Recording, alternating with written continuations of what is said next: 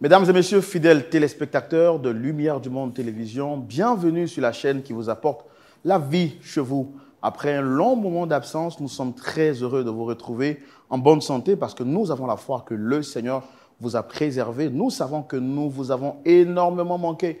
Moi particulièrement, vous m'avez manqué, vous avez manqué à toute l'équipe de production de votre émission Sans Façon et c'est avec beaucoup de plaisir qu'on vous retrouve aujourd'hui. Permettez-moi de vous souhaiter encore une fois de plus mes vœux les meilleurs parce que nous sommes pour ce premier numéro de votre émission Sans Façon. Donc à vous toutes et à vous tous, bonne et heureuse année 2023 et que la grâce et la faveur de Dieu vous soient échues en partage. Vous connaissez le principe, nous sommes encore de retour avec beaucoup de joie, beaucoup d'émotion, mais surtout beaucoup de motivation pour l'œuvre de Dieu. Et sur ce plateau, nous avons des éminents serviteurs de Dieu pour débattre autour d'une thématique bien précise.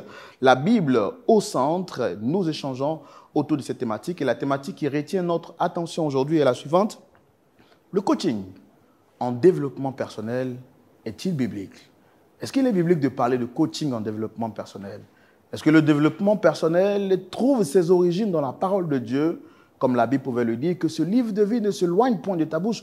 Médite le jour ou nuit afin que tu réussisses dans tout ce que tu entreprends. Pour en parler, nous avons 4 éminents serviteurs de Dieu que nous avons le plaisir de recevoir sur notre plateau. Je voudrais donc me faire le plaisir de vous les présenter. Le premier, le pasteur Kone Ngwamuru. Shalom, pasteur.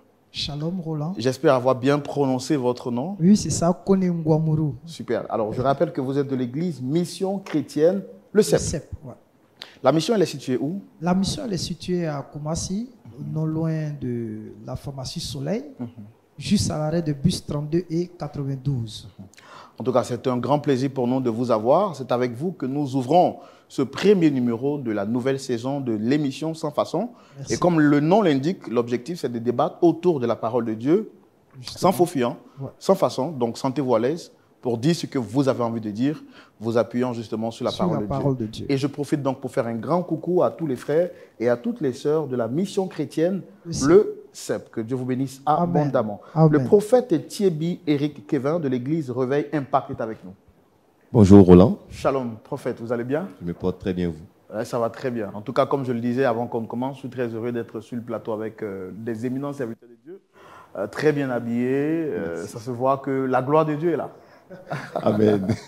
Alors, comment vous vous sentez d'être avec nous sur le plateau? Très content d'être en face de vous, d'être chez LMTV et Dieu vous bénisse. On célèbre Dieu pour cette opportunité. On célèbre Dieu pour cette opportunité et je suis sûr que le pasteur Charles Bonny ne me dira pas le contraire. Il est de l'église Assemblée chrétienne d'Abidjan.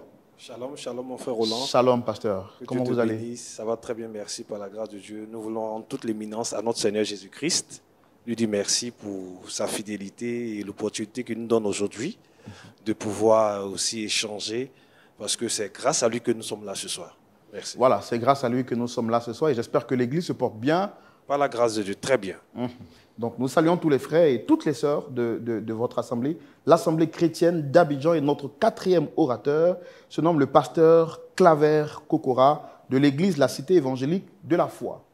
Bonsoir Roland. Shalom pasteur. Avec vous, c'est sûr que la foi sera mise en exergue sur ce plateau. Bien sûr, je pense que nous sommes autour de la parole de Dieu et je pense que le centre de toute chose en ce qui concerne la parole de Dieu, c'est la foi en Christ. Donc nous allons parler de foi. Je suis très heureux d'être là. L'église est dirigée par le révérend prophète des Nations, Olivier Gawa, que je salue ici au passage. Je suis l'un de ses pasteurs. Je suis très content d'être là. Voilà, nous saluons avec beaucoup de révérence le révérend pasteur Olivier Gawa et toute l'église de la Cité évangélique de la foi. Très chers frères et sœurs dans la foi, amis fidèles téléspectateurs de Lumière du Monde Télévision, ceux qui vont débattre autour de la thématique sont connus, ils sont prêts. L'animateur que je suis également prêt et nous allons donc commencer avec les définitions. Alors, nous allons commencer déjà avec les définitions, comme je le disais tantôt, et je vais donner donc la parole au pasteur Kone Ngwamuru. Pasteur, pour vous, que signifie l'expression développement personnel? Eh bien, pour moi, le développement personnel renvoie à toutes les activités proposant de développer une connaissance de soi, de valoriser ses talents et ses potentiels, travailler à une meilleure qualité de vie et à la réalisation de ses aspirations et de ses rêves. Voilà qu'on sent que le pasteur Codé est vraiment prêt aujourd'hui pour nous.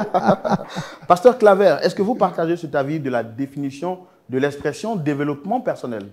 Frère Roland, je pars un peu dans le même sens, seulement que je pourrais dire, selon les notes que j'ai eues, le développement personnel, c'est un ensemble de pratiques appartenant à divers courants de pensée, dont l'objectif, c'est l'amélioration de la connaissance de soi.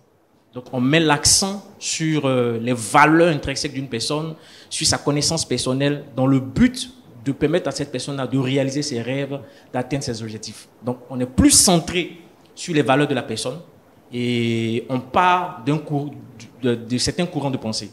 Je pense qu'on aura l'occasion ici un peu de détailler un peu ce que nous disons, mais c'est un peu ça pour moi. J'ai vu le pasteur Claver Boni qui vous regardait droit dans les yeux. Est-ce à dire que vous êtes contre la définition, pasteur? Non, pas du tout. Au contraire, je partage le même avis que les deux autres pasteurs. Vous savez, quand on parle de développement personnel, déjà, on parle ici de la personne. Donc, on fait tout de suite allusion au soi, à moi, le moi. Donc, ici, c'est développer, comment on appelle cela, l'identité intérieure de cette personne, de sorte que cette personne soit capable de pouvoir arriver jusqu'à ses rêves. Donc, on parle ici de potentiel, on parle ici de capacité, de talent. Donc, tout ce qu'une personne a, qu'elle arrive au travers du développement personnel à mettre en œuvre. Alors, donc, prophète Thierry, vous avez quelque chose à rajouter par rapport à la définition? Oui, par rapport à... J'abonde dans le sens de mes prédécesseurs pour dire que le développement personnel est un ensemble de pratiques et de théories visant à l'amélioration de la connaissance de soi, comme ils l'ont dit. Et c'est une discipline qui permet de pouvoir développer en fait le potentiel d'une personne pour l'emmener à pouvoir, bien entendu, réaliser ses rêves et se réaliser dans la vie en général. D'accord. D'après votre culture générale, vous avez la parole, vous allez la garder. D'après votre culture générale, est-ce que le développement personnel se pratique sur soi-même ou on a besoin d'une personne extérieure pour nous aider à comprendre le développement personnel et à le mettre en pratique? Oui, ça peut. Dans un monde aujourd'hui qui est hyper connecté, on peut pratiquer le développement personnel sur soi-même en étant autodidacte, en allant sur Internet, en allant dans les librairies et autres. On peut soi-même pratiquer le développement personnel parce qu'on a l'accès à l'information. Mais généralement, ça peut se faire aussi avec l'aide de ce qu'on appelle les coachs. Justement, vous avez parlé de ce qu'on appelle les coachs. Et là, je voudrais qu'on établisse une différence assez pertinente. Quelle différence faites-vous entre un coach et un conseiller? J'ai toujours la parole. Vous avez la parole, juste après, on va la passer au... D'accord. Pour moi, un coach est un professionnel, un expert, voilà, qui accompagne une personne tout au long d'un processus par rapport à un certain objectif.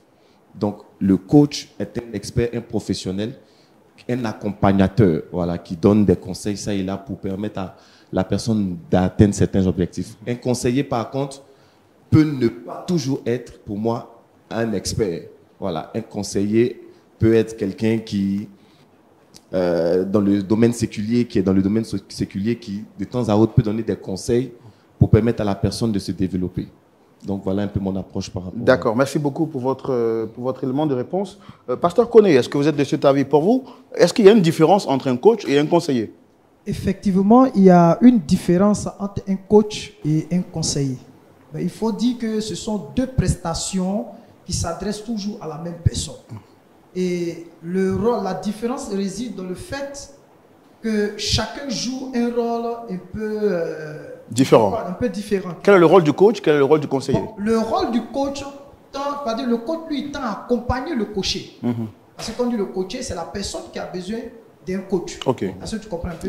Le rôle du coach, lui, tend à accompagner le coaché dans une démarche de remise en cause et de redécouverte de soi, qui l'aidera à trouver des solutions adéquates et à prendre des décisions. Alors que le formateur, lui, qu'est-ce qu'il fait? Alors que le conseiller, lui, il ne fait que analyser la situation, il n'accompagne pas. Par contre, le coach accompagne, mais le conseiller n'accompagne pas. Lui, il ne fait que trouver des analyses à la situation et trouver des solutions aux problèmes posés.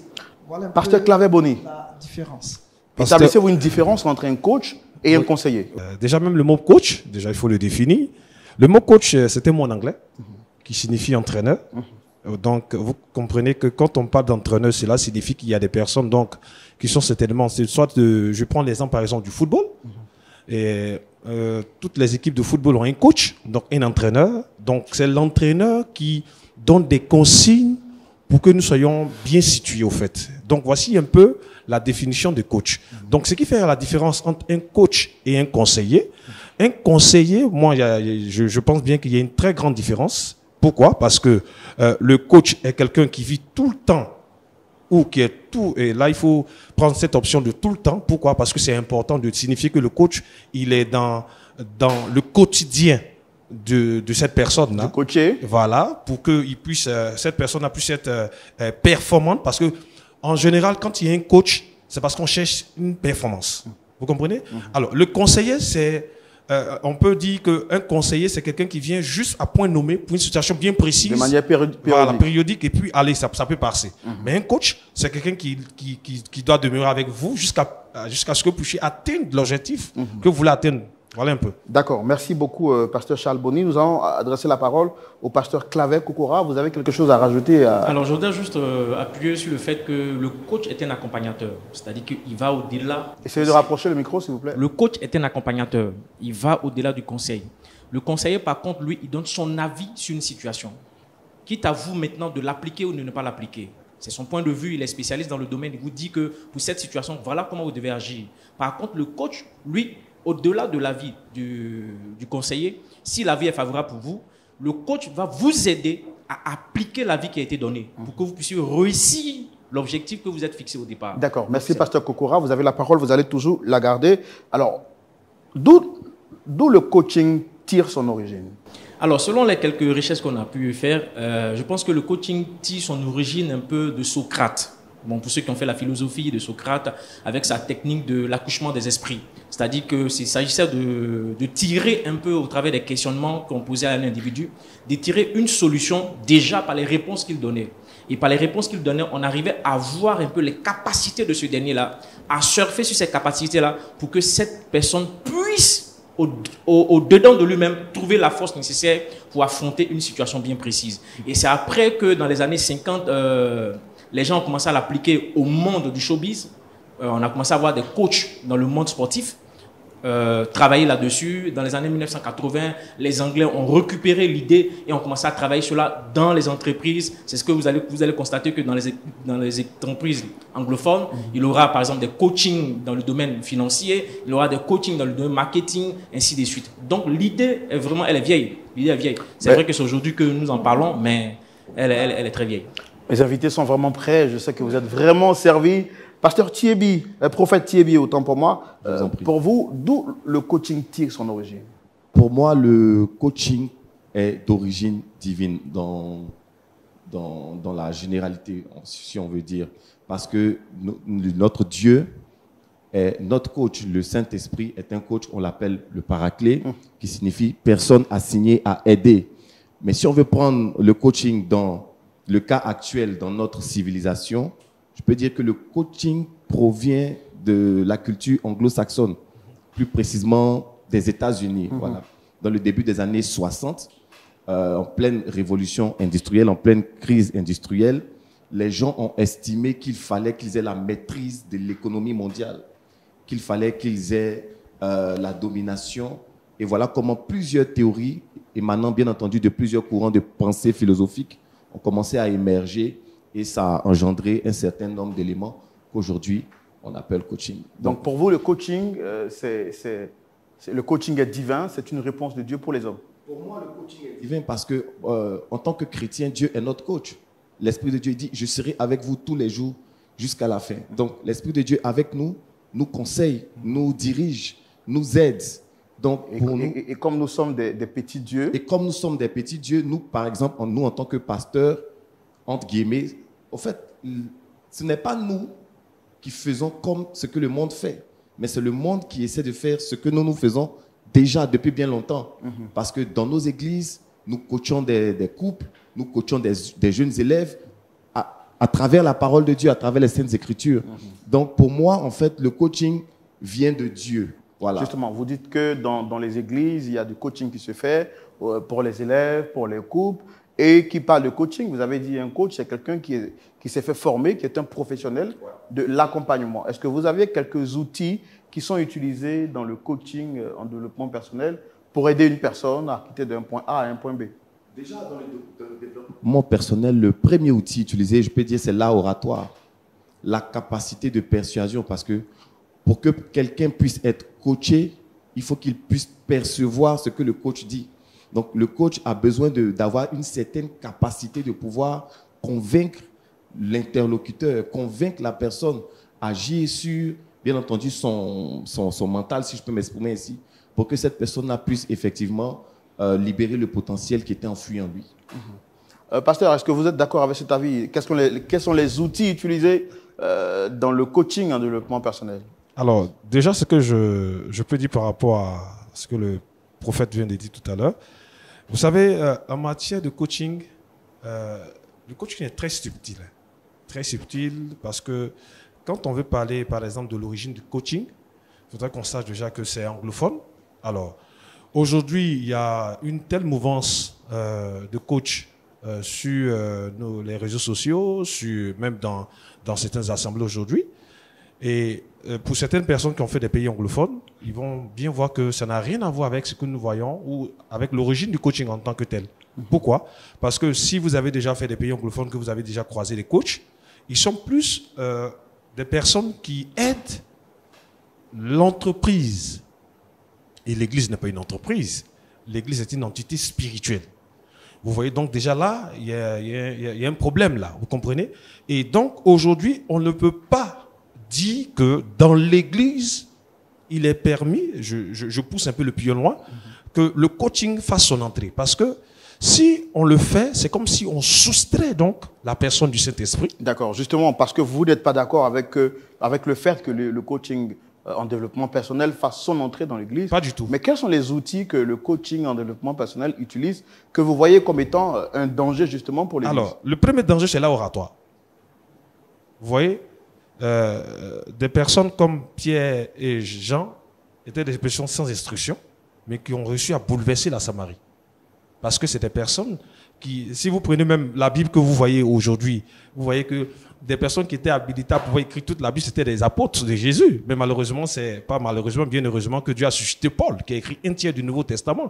Cela prouve que ces personnes qui étaient avec Jésus n'étaient pas forcément des personnes qui avaient l'oratoire, mais ils avaient le Saint-Esprit. Donc il y a la différence entre avoir le Saint-Esprit et l'oratoire. Vous comprenez? Parce que quelqu'un qui a le Saint-Esprit, c'est quelqu'un qui va marquer forcément la différence, parce que cette personne va se soumettre à Dieu, parce que l'Esprit de Dieu en lui, c'est Dieu qui vit dans cette personne. Donc pour vous, l'outil premier, c'est l'oratoire. Pasteur Kokora, est-ce que vous avez d'autres outils dont vous avez connaissance qui sont utilisés dans le coaching en développement personnel? Alors, je pense que déjà, je vais m'appuyer déjà sur ce que mes prédécesseurs ont dit. L'oratoire est une clé dans le coaching. On ne peut pas passer outre cela. Il faut déjà être capable de convaincre celui qui est en face de soi, être capable de donner une idée du problème posé. Au-delà de l'oratoire, je pense qu'il y a ce que les gens utilisent comme étant la capacité de trouver la source du problème. C'est-à-dire qu'on a en face de nous des personnes qui vont surfer sur la situation d'une personne et puis à partir de cette situation-là, trouver une solution quelconque. Nous, chez nous ici, ce que nous disons en tant que pasteurs, c'est qu'il n'y a pas autre solution que ce que la Bible nous enseigne. Quand quelqu'un utilise une autre solution en dehors de la Bible, on estime que cette solution-là ne rentre pas dans le canevas que Dieu a préparé. Exactement. Est-ce que vous êtes en train de dire que Paul allait dans le même sens que vous lorsqu'il disait que si quelqu'un t'annonce un autre évangile que ce que tu as reçu, qu'il soit anathème. Oui. Je suis d'accord avec ça. Donc pour vous, tous ceux qui utilisent les outils du coaching en développement personnel sont étrangers à la Bible. D'une certaine manière. Parce qu'il faut faire la différence entre le coaching tout court et le coaching en développement personnel. D'accord, on reviendra tout à l'heure à vous. Pasteur, je vois que vous êtes bouillonnant de dire quelque chose. Alors, quoi qu'on dise, la réalité est qu'aujourd'hui, nous avons remarqué que ces 5 dernières années, le coaching a pris de l'essor et de l'envol en Afrique, mais précisément en Afrique francophone. Justement. Comment est-ce que vous expliquez cette montée en puissance du coaching en développement personnel et le coaching dans sa généralité? Eh bien, il y a plusieurs raisons qui expliquent réellement la montée en puissance. La première? La première raison, c'est l'homme se trouve à un carrefour de sa vie où il doit être de plus en plus responsable de ses actes et de ses orientations. Ça, c'est la première. Essayez de rapprocher plus le micro. C'est la première raison. Où l'homme doit être, il veut être responsable.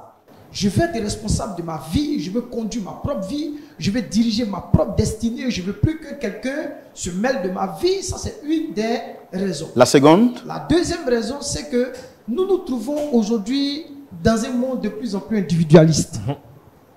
L'individualisme qui existait en Europe, aujourd'hui, a gagné l'Afrique. Et maintenant, aujourd'hui, en Afrique, nous avons commencé à adopter un nouveau style, un nouveau caractère. C'est que nous avons adopté le style des Européens. C'est-à-dire, maintenant, on met une vie individualiste. Et c'est ce qui se passe. Donc, les gens aujourd'hui, voyant, comment on appelle ça, que le monde est de plus en plus individualiste, c'est le temps pour nous de nous affirmer.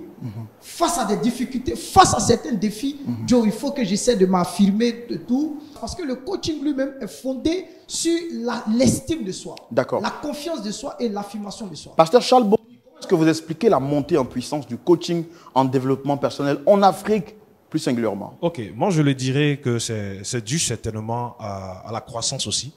La croissance démographique, démographique comme économique, parce que vous savez que l'Afrique est un pays, est un continent jeune, et aujourd'hui avec les NTIC, les réseaux sociaux sont devenus vecteurs de communication très performants. Voyant ces choses aujourd'hui aux États-Unis, parce que c'est de là que vient le coaching, ces choses-là, tout le monde, sans exception, cherche une solution. Alors, quand vous voyez même des personnes qui se font appeler coach sur les réseaux sociaux, quand elles souvent même donnent des conseils, vous êtes scandalisé. Vous vous dites, mais écoutez, une telle personne peut parler de coach. Elle ne maîtrise même pas le sujet qu'elle est en train d'aborder. Parce que le sujet, soit, je prends un exemple, soit un sujet familial, un sujet de couple, ou un sujet d'intimité même.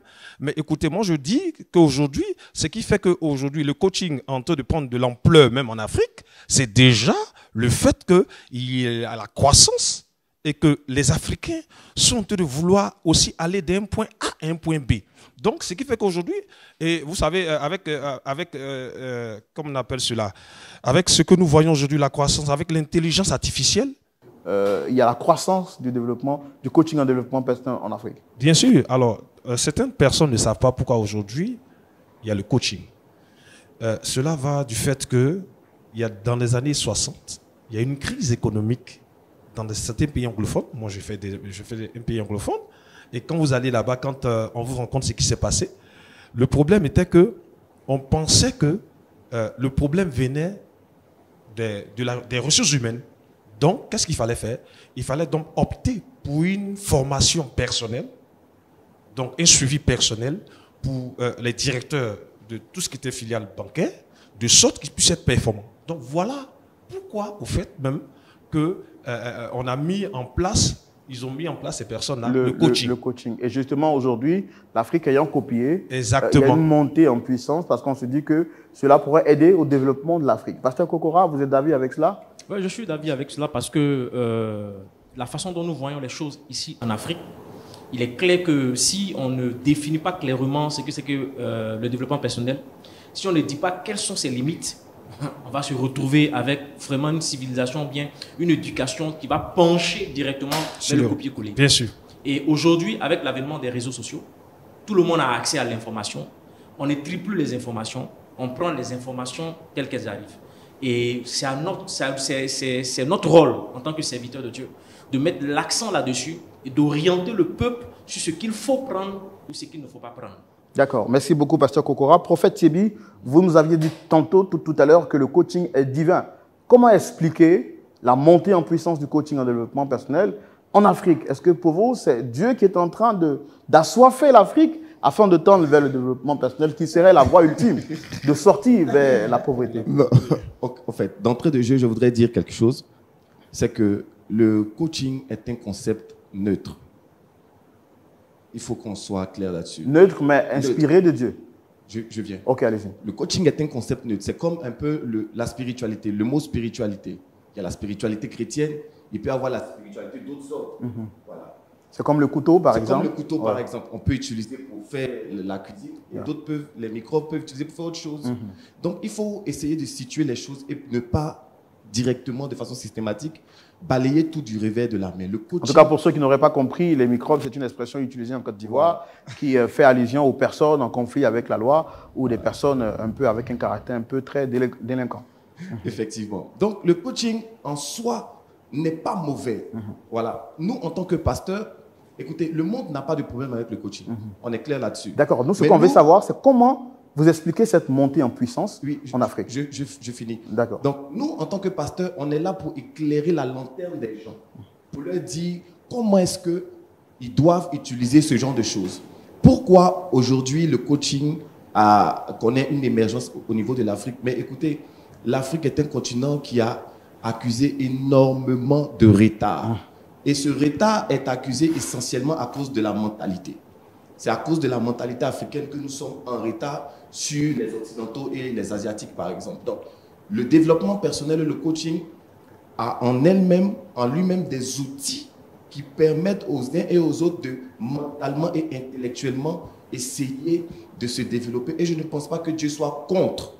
Je ne pense pas que Dieu soit contre ce genre de choses. Donc, pour moi, aujourd'hui, c'est l'une des raisons pour lesquelles aujourd'hui le coaching est en train de grimper. C'est vrai qu'il y a beaucoup d'abus, ça et là, comme dans tous les mouvements, comme dans tous les secteurs d'activité, il y a des abus, mais il y a de très bonnes choses qui se font. Et moi, je ne pense pas que ça soit mauvais. Alors, vous êtes en train de nous dire que l'Afrique est en retard. On le constate qu'en tout cas, comparé aux autres continents, il y a un léger retard. Oui. Bon, il y a un retard. Ouais. On ne fera pas de commentaires là-dessus, quand bien même on respecte le continent africain. Alors, pour vous, justement, est-ce que le coaching est une science exacte qui pourra ou qui peut permettre à une personne de sortir du sous-développement mental? Puisque vous dites que l'Afrique est en retard, et si nous constatons qu'il y a une émergence, une montée en puissance du coaching en développement personnel, ce serait parce que le coaching en développement personnel se présenterait comme étant une voie de sortie du sous-développement de l'Afrique. Alors, est-ce que vous pensez que le coaching en développement personnel ou le coaching est une science exacte? Est-ce que le coaching est une science exacte? En mathématiques, je sais que si j'utilise 1 plus 1, le résultat est égal à 2. Est-ce qu'une personne aujourd'hui qui utilise le coaching en développement personnel, on est sûr que cette personne va quitter d'un point médiocre vers un point excellent? Ça s'explique premièrement par le fait que l'Afrique a accusé énormément de retard. Voilà, sur le plan économique, sur le plan, dans beaucoup de plans en tout cas. Et aujourd'hui, sur le continent, on a besoin de se réaliser. Les gens sont en train de prendre conscience qu'ils peuvent effectivement faire des choses, ils peuvent effectivement créer des choses, ils peuvent apporter le développement. Et le coaching est l'un des outils parce que le problème qu'on a aujourd'hui, c'est un problème au niveau des mentalités surtout. Au niveau des mentalités. Et le développement personnel, le coaching sont des choses qui peuvent aider dans ce sens-là. D'accord. Justement, vous faites bien de le signifier. Alors, est-ce qu'on peut dire aujourd'hui que le coaching en développement personnel est une science exacte? On sait par exemple qu'en mathématiques, 1 plus 1 est égal à 2. On a dit que le coaching en développement personnel a vu sa croissance en Afrique à cause du retard qu'a connu l'Afrique. Est-ce qu'on peut dire aujourd'hui de façon claire que lorsqu'un coach en développement personnel, ça prend une personne, un coaché, avec les outils et les méthodes de façon claire, le résultat est probant et certain? Tout dépend en fait de l'objectif que vise la personne donnée. Voilà. Quand vous dites la personne donnée, c'est le coaché? Le coaché, voilà, l'aspirant. Celui qu'est-ce qu'il veut en fait? Parce qu'en réalité, ça prend en compte beaucoup de paramètres pour emmener une personne d'un point A à un point B. Ça prend en compte beaucoup de paramètres. Pour moi, en tant que pasteur et homme spirituel, je ne dirais pas que le coaching est une science exacte. Je pense que tout est relatif par rapport à cela. D'accord. Pasteur, est-ce que vous croyez que le coaching en développement personnel est une science exacte ou c'est un fait imaginaire? Moi, je ne pense pas que le coaching soit une science exacte. Vous savez pourquoi? Parce que la seule science exacte qui existe sur la terre, c'est l'Esprit de Dieu au travers de sa parole. C'est la seule science qui existe. Donc, le coaching en développement personnel est une science humaine. Donc, elle peut avoir des faiblesses à certains endroits. Vous comprenez ce que je veux dire? Donc, la seule science exacte que nous, aujourd'hui, en tant que prédicateurs de l'évangile, en tant que représentants du ciel sur cette terre, c'est la parole de Dieu. Nous sommes convaincus et nous sommes précis et nous sommes entièrement d'accord avec la parole de Dieu, quand elle dit quelque chose, Oui. cela arrive certainement. Vous voyez l'exactitude de toutes les prophéties bibliques qui sont en train de s'accomplir dans le monde aujourd'hui. Voilà une science qui est exacte, c'est la parole de Dieu. Une science qui est exacte pour vous, c'est la parole de Dieu. Le pasteur connaît, excusez-moi, je vous ai privé de la parole un long moment. Vous Non, avez c'est la pas parole. grave. Est-ce que vous croyez que le coaching en développement personnel est une science exacte ou imaginaire? moi, Donc, c'est- gagner, perdu, perdu. C'est une question philosophique. Oui. Parce que si on veut répondre à une telle question, on va pencher sur un groupe qui dit qu'ils sont d'accord que le coaching est une science exacte, et un autre groupe, ils diront que ce n'est pas une science exacte. Donc du coup, moi en tant que pasteur, je ne me mets ni derrière ceux qui disent c'est une science exacte ou bien c'est pas une science exacte. Moi, tout ce qui m'intéresse, qu'est-ce que la Bible dit sur ce sujet-là? D'accord. Parce que je suis mal placé pour donner une réponse à comment on appelle ça même, sur si sur le coaching est une science. Je vais simplement vous lire. Mais vous, sur en la tant pensée que des gens. serviteur de Dieu, la Bible Ouais. dit, n'est-ce pas? Je vous apprends rien de la parole de Dieu, que Oui, allez-y. l'Esprit de Dieu juge de tout. Donc, vous, en tant que fils de Dieu, ayant en lui l'Esprit de Dieu, est-ce que vous croyez que le coaching est une science exacte? Un personnage qui vient en face d'un coach, est-ce qu'il est sûr que les résultats seront probants, Oui, clairs? parce qu'il faut d'abord définir ce que c'est qu'une science exacte. Une Une science sci- vraie, Voilà, comme, une science exacte, comme oui. les mathématiques. Comme les mathématiques. Que ce 1 soit en plus 1 France, en Côte d'Ivoire, égale à 2. voilà, Que la ce vérité soit en universelle. France, tout et tout. Voilà, maintenant, aujourd'hui, si je coach quelqu'un, voilà un coach qui coach quelqu'un, rien ne prouve qu'il va obtenir les résultats. Donc pour vous, ce n'est pas exact. Voilà, bon, je peux me mettre dans... C'est ce que je dis. Vous êtes au milieu. Voilà, je ne peux pas dire que je suis au milieu. Je ne suis ni à gauche ni à droite. Vous, ce que vous connaissez, c'est la parole de Dieu. C'est la parole de Dieu. Parce D'accord. que moi, Oui. au fait, ce qui m'intéresse ici, c'est de présenter les différents courants de pensée. Oui. Parce qu'il y a plusieurs courants de pensée. D'accord. Il y a un groupe, Oui. ils disent que eux, le coaching en développement personnel est une science exacte. Oui. Par contre, il y a un autre groupe, ils disent non, c'est le une science exacte parce que voici. C'est Et- cool. Parce qu'il y a le thème amélioration qui apparaît. Oh, quand on parle d'amélioration, c'est-à-dire on vient, on voit, est-ce que c'est bon, on retourne. C'est pas encore bon, on essaie encore. C'est pas encore bon. Donc du coup, c'est Donc qui pas dit amélioration veut dire tendre vers la perfection. faire. Donc c'est pas une science exacte en tant que telle. Alors lui, il dit que qui dit amélioration dit également tendre vers la parole de Dieu. Non, pas vers la peut parole de plutôt Dieu. tendre vers ce qui est excellent. Voilà. Et la parole de Dieu dit que nous ne connaissons qu'en partie. Viendra le moment où nous connaîtrons en totalité. Est-ce que vous êtes d'accord avec le fait que le coaching n'est pas une science exacte? Frère Roland, je vais t'aider. Moi, je ne suis pas d'accord que le coaching soit une science exacte. Pourquoi? D'abord, une science qui se base sur la connaissance de soi à ses limites. La Bible déclare que le cœur de l'homme, il est tortueux. Qui le connaît? En plus, la Bible va plus loin pour dire, celui qui met sa confiance en l'homme, il sera confus. Déjà, la base du fait qu'on part sur la connaissance de soi, déjà, on est perdu d'avance. Parce que nous-mêmes, on ne se connaît pas soi-même de façon totalité. parfaite, en totalité. Donc, on ne peut pas, à partir de la base de notre connaissance personnelle, aider quelqu'un à arriver à un bout exact. On a toujours besoin, et c'est ce que la Bible nous recommande, de faire recours à l'Éternel qui nous connaît, qui nous a façonnés et qui nous donne des ordres en ce qui concerne notre existence. En dehors de cela, cette science ne peut pas être exacte. En dehors de cela, pour vous, cette science ne peut pas être exacte. Alors, est-ce que vous êtes d'avis avec ceux qui pensent que le coaching en développement personnel ne répond pas réellement aux aspirations des populations? Même s'il est vrai qu'aujourd'hui, il y a une forte montée en puissance, est-ce que vous êtes d'accord avec ceux qui pensent que le coaching en développement personnel ne répond pas réellement aux aspirations des personnes, mais ne fait que surfer, en fait? Oh, la question est un peu tendue. Mais je vais dire que si on prend Le micro, s'il vous plaît. Je vais dire que si on prend le coaching sur une certaine base, en toute chose, il faut un encadrement, en toute chose, il faut un suivi. Ok? Quelqu'un qui est bien suivi peut obtenir certains objectifs. Quelqu'un qui est mal suivi connaîtra des chutes par endroits. Ok? Maintenant, à savoir, est-ce que les coachs d'aujourd'hui surfent un peu sur la situation? Le coaching, si le coaching pouvait résoudre les problèmes actuels, je pense que de là où même le coaching est quitté, on n'aurait pas trouvé des problèmes aujourd'hui. Aux États-Unis, on a encore beaucoup de problèmes à résoudre. Le coaching existe. chez les Anglais, on a encore beaucoup de problèmes à résoudre. Le coaching existe. En Afrique, on a encore beaucoup de problèmes. Le coaching existe. Le coaching ne peut pas résoudre effectivement les problèmes que nous avons. Au-delà de ces matières, au-delà de ces disciplines-là, je pense que la meilleure chose, et moi je suis pasteur, je reviendrai toujours là-dessus, c'est d'enseigner la parole de Dieu et de discipliner les gens à croire à la parole de Dieu. En appliquant ce que Dieu dit, on réussira à atteindre nos objectifs. Prophète Thierry, votre mot sur la question? Je pense que tout dépend du niveau auquel l'aspiration se situe.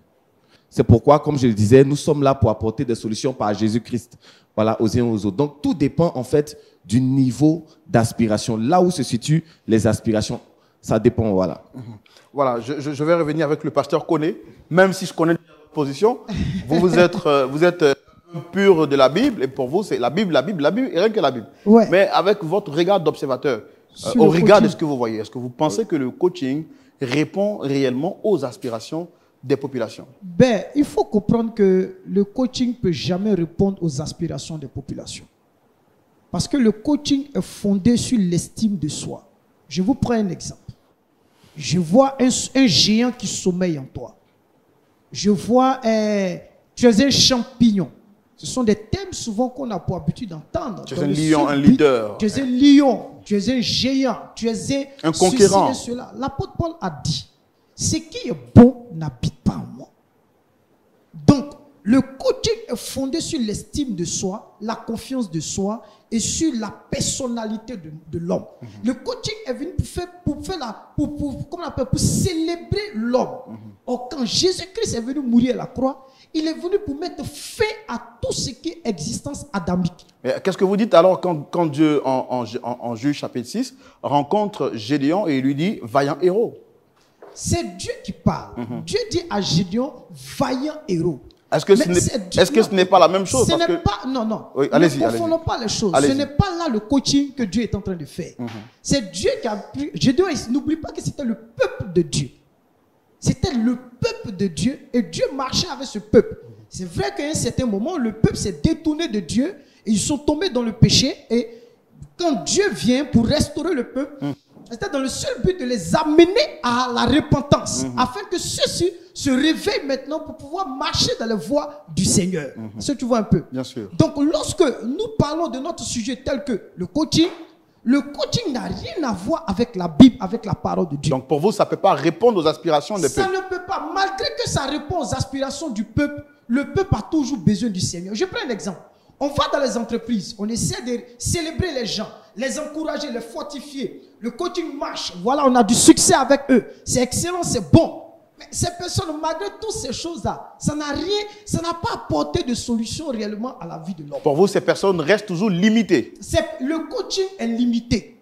Quel que soit ce qu'on va faire avec le coaching, ces personnes resteront toujours limitées. C'est pourquoi moi je suis contre déjà le fait que nous apportons le coaching même dans l'église et dans la façon de fonctionner de l'église. Parce que quand on lit la Bible, on n'a jamais vu de coach dans la Bible. Êtes-vous en train de dire que tous les pasteurs qui sont d'avis avec le coaching sont en train de sortir ou bien? Non, ils sont libres, c'est leur appréciation. Non, moi je veux qu'on parle à la lumière de la parole de Dieu. Non, vous êtes garant de l'écriture. Oui. Qu'est-ce que la Bible nous dit aujourd'hui là? Quelqu'un qui utilise le coaching en développement personnel, qui est rentré dans l'église, êtes-vous en train de dire qu'il a fait rentrer un feu étranger?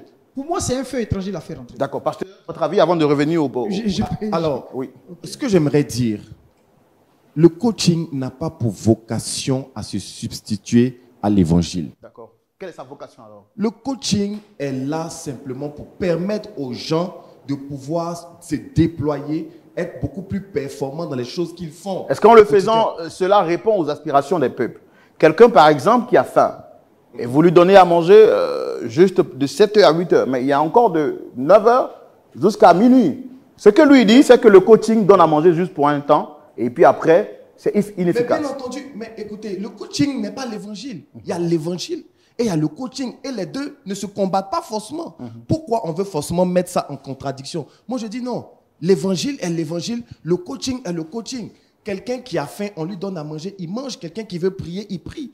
Pourquoi on veut forcément mettre tout ça en... Non. Est-ce que vous croyez que les deux peuvent aller de pair? Mais est-ce que... Écoutez-moi. Vous avez dit tout à l'heure quelque chose qui était tellement pertinent. Dieu a dit, lorsque l'ange de l'Éternel se révèle à Gédéon, Gédéon ne se pensait même pas être capable de pouvoir faire quelque chose. Il a dit, je suis pauvre, ma famille est la plus Justement, pauvre. et Dieu lui donne une seule parole. Il dit, va avec la force que tu as, vaillant héros. Et cela suffit à le motiver et à lui donner de courage. À prendre confiance en lui et à revoir l'estime qu'il a pour lui-même. Une dame, par exemple, qui est veuve. Une dame qui est veuve, qui a perdu son mari, qui était tout pour la famille. Et aujourd'hui, elle va, par exemple, à une conférence de coaching. Et on lui dit, voilà, écoute, tu peux arriver, tu peux y arriver, tu peux prendre soin de ta famille. Et qu'elle commence à prendre soin de sa famille. Où est le problème avec l'évangile? Où est le problème? Elle peut prendre soin de sa famille avec le coaching et croire en Jésus. Pourquoi on veut nous faire croire que directement participer à une conférence, c'est en même temps devenir satanique? Non. Est-ce que ce n'est pas parce que le nom de Jésus n'est pas invoqué dedans? Mais est-ce que quand on fait les mathématiques à l'école, on met le nom de Jésus dedans? D'accord, pasteur, vous avez la parole. Est-ce que quand on fait les mathématiques à l'école, on met le nom de Jésus là-dedans? Vous savez, il y a une différence entre l'Église et il y a une différence entre le monde. L'Église signifie ecclésia, qui veut dire peuple qui est dans le monde, mais qui ne vit pas comme le monde. Vous savez, le Seigneur a dit en Matthieu chapitre 24, je le disais tantôt tout à l'heure, il a donné conseil à ses apôtres parce qu'ils lui ont demandé, Seigneur, dis-nous quand sera le signe de ton avènement et de la fin des temps. Il a dit, prenez garde que personne ne vous séduise. Vous savez, Jésus, la parole de Dieu est tout. Elle fait tout. Que ce soit l'intelligence que nous avons besoin, que ce soit du maître que nous avons besoin, que ce soit du succès que nous avons besoin, tout y est dans la parole de Dieu. Alors, si tout y est, pourquoi aller chercher ailleurs encore? Tout à l'heure, sur le plateau, quelqu'un disait que c'est à cause de la mentalité des Africains qu'aujourd'hui, le coaching est en vogue en Afrique. Mais je dirais non. Parce que la Bible dit, quand tu viens à Christ, il faut que Christ te renouvelle dans l'intelligence, afin que tu discernes quelle est la volonté de Dieu, ce qui est bon, agréable et parfait. Donc, tout m'est permis, mais tout m'est pas utile. C'est ce que nous dit la parole du Seigneur. Donc, nous devons comprendre qu'en tant que prédicateur et en tant qu'homme de Dieu, qu'est-ce que la Bible nous dit sur le coaching? Justement, vous, en tant qu'un serviteur de Dieu, est-ce que vous croyez que le coaching en développement personnel répond aux aspirations des populations? Non, je ne le crois pas. À un certain niveau, je dirais en entreprise, je pense que ça peut répondre en entreprise. Mais au sein de l'Église, c'est impossible. Parce que, je le dis et je le répète, l'Église est une entité spirituelle. Et je rejoins ce que l'apôtre Ngomou disait tout à l'heure. On ne peut pas introduire dans l'Église des systèmes des hommes. D'où vient le coaching en développement personnel? Ça ne vient pas du Seigneur. Ce n'est pas Jésus qui nous a dit de faire du coaching. Le pasteur, lui, n'est pas d'accord avec vous. Pour lui, il dit que c'est une inspiration divine. On est tous je suis d'accord que le pasteur, le prophète ne soit pas d'accord avec moi. C'est normal. Nous sommes là pour échanger. Mais sur la base de la parole de Dieu, on ne peut pas nous prouver bibliquement avec des passages bibliques. Parce que, écoutez, quand vous prenez par exemple l'exemple de Gédéon que vous avez cité tout à l'heure, mais le Seigneur lui a dit, va avec la force que tu es. C'est le Seigneur qui nous donne la force. Et Gédéon était sur quelle dispensation? C'est le Seigneur qui lui donne la force. Mais Gédéon ignorait cette force qu'il avait en lui. Mais bien sûr, et qui lui a révélé ça? Est-ce que c'est un coach? C'est le Seigneur Jésus. Bien sûr. Le canal aujourd'hui par excellence par lequel Dieu nous parle, c'est la parole de Dieu. Le Seigneur a dit dans Hébreu que Dieu nous a parlé dans les temps anciens par les prophètes. Mais dans le temps présent, il nous a parlé par le Fils qu'il a établi. Mais il a aussi dit, si vous croyez en moi, vous ferez de plus grandes œuvres. Donc si Dieu parle au travers, Dieu parle directement à un homme, et qu'aujourd'hui Dieu ne nous parle plus, qu'il y a des représentants des hommes. Vous savez pourquoi Dieu ne parle plus aux hommes? Que beaucoup de gens sont tournés vers les prophètes, vers les coachs, tout ça là. C'est à cause de ce qu'aujourd'hui, beaucoup de chrétiens n'ont plus d'intimité avec le Saint-Esprit. Donc pour vous, s'il y a l'intimité, on va rapprocher le micro. Vous pensez que l'intimité, quand quelqu'un a une intimité avec le Saint-Esprit, mais c'est formidable. C'est extraordinaire. C'est extraordinaire. C'est très extraordinaire. C'est quelque chose de surnaturel. Donc aujourd'hui, je finis s'il vous plaît. Aujourd'hui, quand quelqu'un a le Saint-Esprit, mais il a tout. La Bible dit, Christ en moi, par le Saint-Esprit, l'espérance de la gloire. Waouh. Frères et sœurs, non, il faut qu'on parle. Qu'est-ce que la Bible nous dit? C'est de ça qu'il s'agit. Vous savez, les mentalités là, ou les pensées là, le coaching va disparaître bientôt. Ah bon? Ah. Attends, c'est une prophétie ou C'est c'est pas une... une prophétie, mais écoute, c'est une étude. Quand vous regardez un peu, avant le coaching, il y avait plusieurs événements, plusieurs entités qui sont venues, plusieurs courants de pensée, oui. qui sont venus, qui sont partis. Le coaching va partir, mais le Saint-Esprit va demeurer. Et c'est à lui que l'Église et les enfants de Dieu doivent aspirer, de sorte qu'ils puissent les inspirer. Le pasteur est en train de dire que la science du coaching va disparaître bientôt et que seule la parole de Dieu va rester. Gloire à Dieu si la science du coaching disparaît. En fait, moi, ce que je ne comprends pas ici, c'est en quoi la communion avec le Saint-Esprit s'oppose au fait de participer à une conférence de coaching. En quoi? Ou bien de pratiquer le coaching en développement En personnel. quoi? En rien. Mais en aucun moment dans En la rien. Bible, en aucun moment dans la Bible, on ne voit le coaching en développement personnel. Mais est-ce que vous à pensez quel pas que... moment dans la Bible on a vu le mot Bible? Non, il faut qu'à un moment donné, ou bien il fallait qu'on écrive coaching en développement personnel dans la Bible. Le téléphone n'est pas dans la Bible, Oui. donc le téléphone n'est pas biblique. Non, à un moment donné, il faut arrêter. Écoutez, ce que je veux dire, Alors, ce qu'eux, ils sont en train de dire, c'est que le coaching dans sa science ramène l'homme vers lui-même, alors que justement, c'est Dieu pourquoi nous, en tant Dieu que veut qu'on pasteur, compte entièrement sur lui. c'est pourquoi nous, en tant que pasteur, on met des balises. On leur dit, écoutez, il y a des limites qu'il ne faut pas franchir. Il faut garder les... Écoutez, la Bible dit, Dieu nous a donné des capacités. Et Dieu ne se sent pas en insécurité lorsque nous commençons à développer les capacités qui sont en nous. Dieu n'est pas gêné du fait qu'aujourd'hui, nous prenons confiance en nous, que nous ayons de l'assurance, tant que nous sommes soumis à lui. Donc, en fait, ça ne gêne en rien. Et je ne comprends pas pourquoi on veut nous faire croire que ça s'oppose. C'est ce que je n'arrive pas à comprendre, en fait. D'accord, pasteur Kokora. Je suis gêné un peu sur ce plateau parce Allez-y. qu'on a tendance à mélanger les choses. On parle de coaching et de coaching en développement personnel. Le coaching tout court, c'est un vocable qui signifie entraînement, encadrement. Sur cette base, la Bible n'est pas contre le coaching. Joseph a été l'un des premiers coachs qui a existé. Bien sûr. La Bible déclare que lorsque Pharaon a eu la vision et qu'il cherchait quelqu'un capable de coacher son gouvernement, c'est Joseph qui s'est proposé. Il a coaché le gouvernement de Pharaon pour que Pharaon puisse atteindre ses objectifs de vivre pendant ces temps de sécheresse.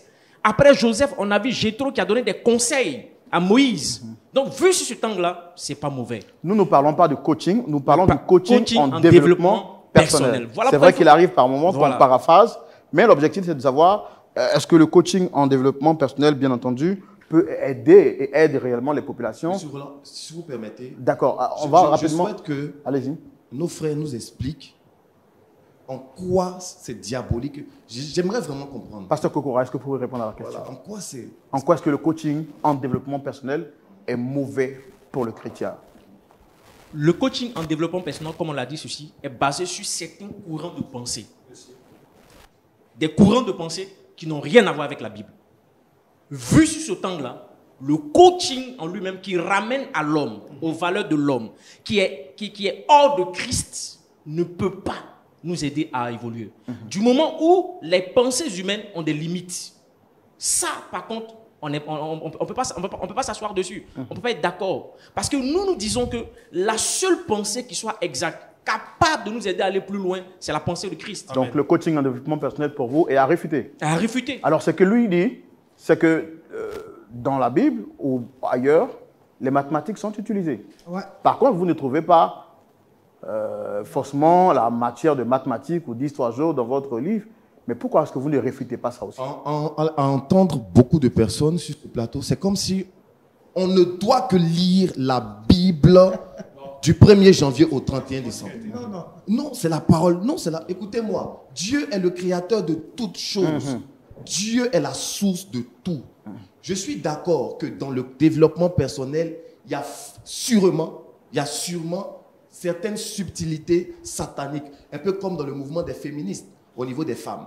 Voilà. Mais la pensée générale, la pensée normale n'est pas mauvaise. D'accord, je pense que nous allons à la fin de notre... Oui. Chacun de vous aura 30 secondes pour donner son mot de fin. Bon, Je rappelle que... Attends, voilà, on dit les bonnes choses arrivent à la fin. Oui, je voulais dire quelque chose. Allez-y, pasteur. La Bible dit, c'est l'apôtre Paul qui parle d'un autre évangile. Allez-y. Aujourd'hui, si nous sommes vraiment dur sur ce sujet du coaching en développement personnel, nous savons ce que ça crée aujourd'hui dans l'église de Jésus-Christ. Nous ne sommes pas en train de dire que les mathématiques sont diaboliques. Oui. Nous ne sommes pas en train de dire que les sciences sont diaboliques.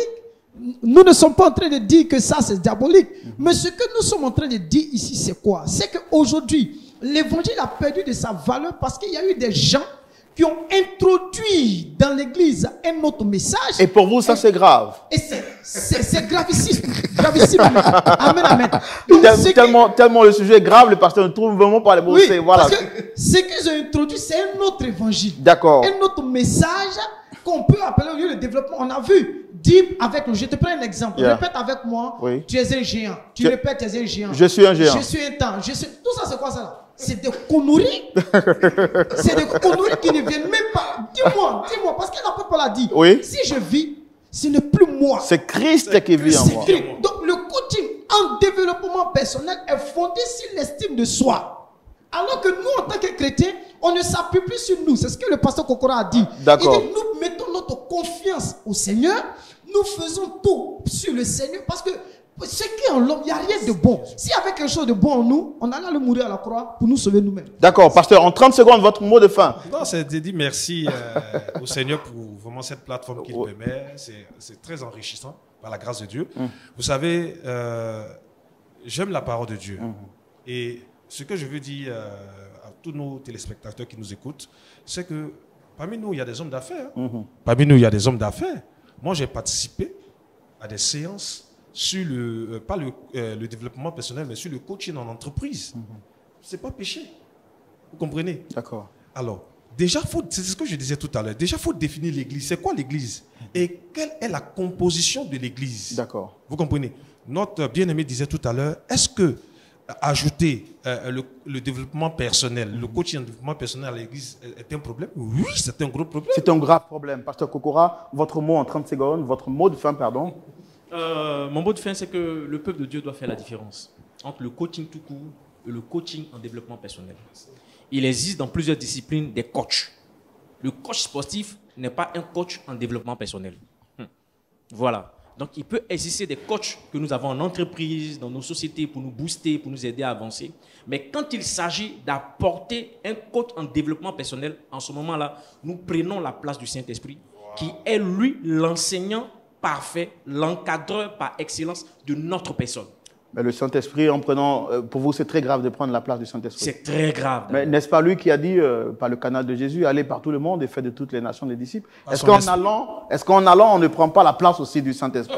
Vu que c'est sa vocation de...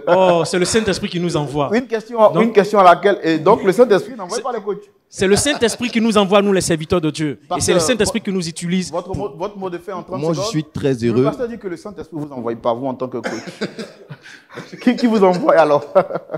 Écoutez, moi, je suis très heureux d'avoir participé à l'émission. Je tiens à dire merci à la chaîne et à tous les hommes de Dieu ici présents. J'espère pour nous tous d'ailleurs, que dans la prochaine émission, on aura les choses clairement établies.